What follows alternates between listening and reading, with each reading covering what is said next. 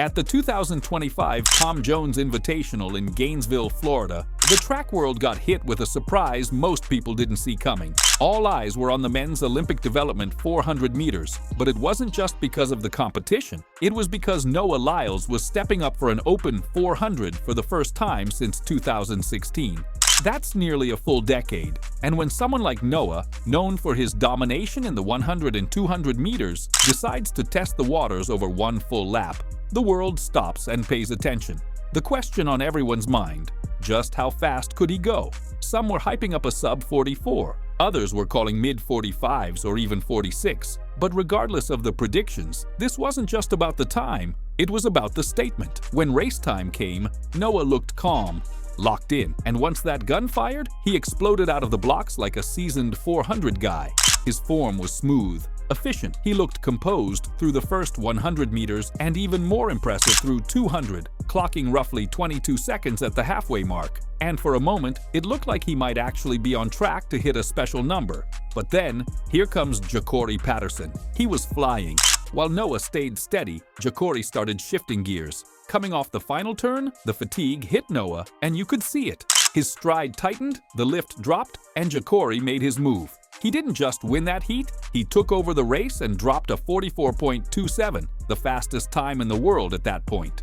Noah? He held on to clock a 45.87, a huge personal best, but still far from the sub-44 hype. Still, for someone who hasn't run this event in 9 years, it was a solid return. Jakori's performance set the tone, and second in that heat was Justin Robinson, who dropped a smooth 45.22, followed by Kennedy Leitner, Alonzo Russell, and Jonathan Jones.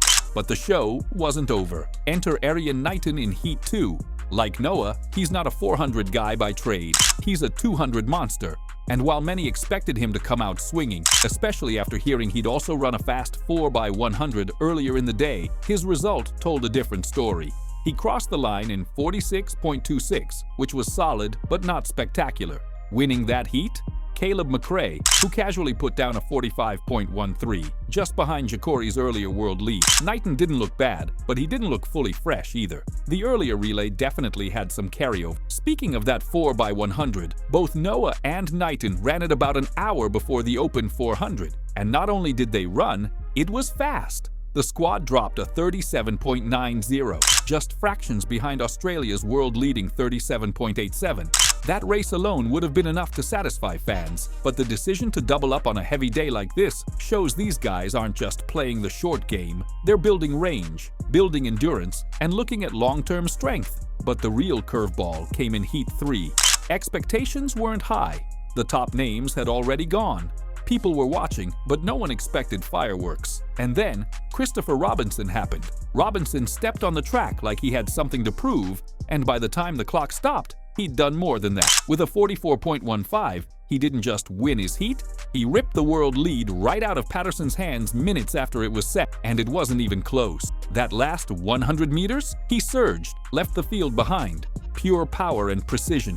In second, Matthew Bowling, and Bowling's time? 44.92, which officially made him one of only 3 athletes on the day to break 45.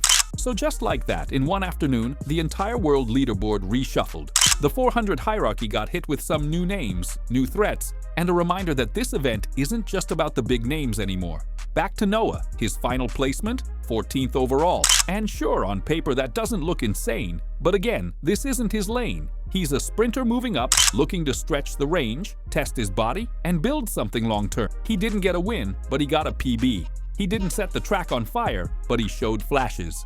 He looked smooth early, faded late, and walked away with a result that proves he's got potential if he wants it. This isn't foreign territory either. He holds the indoor 300 world best at 31.87, and that's always hinted he's got strength in his legs that just needed sharp. Now, zooming out and looking at the bigger picture, this whole 400-meter showdown at the Tom Jones Invite wasn't just a bunch of athletes chasing PBs.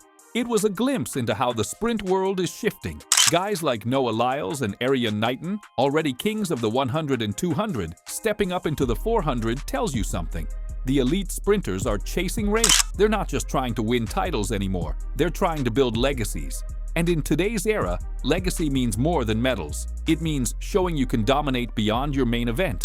It means proving you've got the guts to step into a lane you don't own and still make noise. For Noah, this felt personal. After everything he's done in the 200s, multiple world titles, Olympic gold, people wondered what else he could do. Could he stretch it to the 400 and maybe follow in the footsteps of legends like Michael Johnson or Wade Van Niekerk? This race doesn't give us that answer yet, but it gives us a strong he's not just experimenting, he's taking it seriously. And even though he faded in the final stretch, the early phases of that race, they were clean, relaxed, technical. Everything about the first 200 meters screamed, he's got something here. Then there's Knighton. He's younger, but his ceiling is sky high. And while his 46.26 didn't set the world on fire, the guy is 20 years old. He's still figuring it out. It's one thing to have raw talent. It's another to build race IQ, strength, and consistency. His decision to run the 400, especially after a fast relay, shows he's focused on growth, not just highlight reels. And that kind of mindset? That's rare at his age. The 400 is brutal. It humbles even the best. But if Knighton keeps leaning into it, don't be surprised if he's a real threat in this event by the next Olympic cycle. And let's not forget what Christopher Robinson did. His 44.15 wasn't just fast, it was shocking. This wasn't a Diamond League race. It wasn't a World Championship final. It was Heat 3 of an invitational meet in Gainesville. But he treated it like a final. And when you run 44 low in April, that's not just preseason world-class. The scary part? He made it look smooth, efficient. No wasted movement, no dramatic strain. Just solid execution and a killer finish. With a performance like that, Robinson just threw his name into the conversation for Paris 2025. Whether it's the trials, the relays, or the open quarter, he's going to be a name to track all season long. Same goes for Matthew Bowling. A lot of people have written him off in recent years, saying he peaked too early or couldn't transition from high school phenom to pro-level performer. But this 44.92 was a wake-up call. He's in the lab, he's grinding, and when he locks in, he's dangerous. Breaking 45 is no joke, and doing it in a meet like this tells us he's not just here for the Instagram clips anymore. He's building towards something real.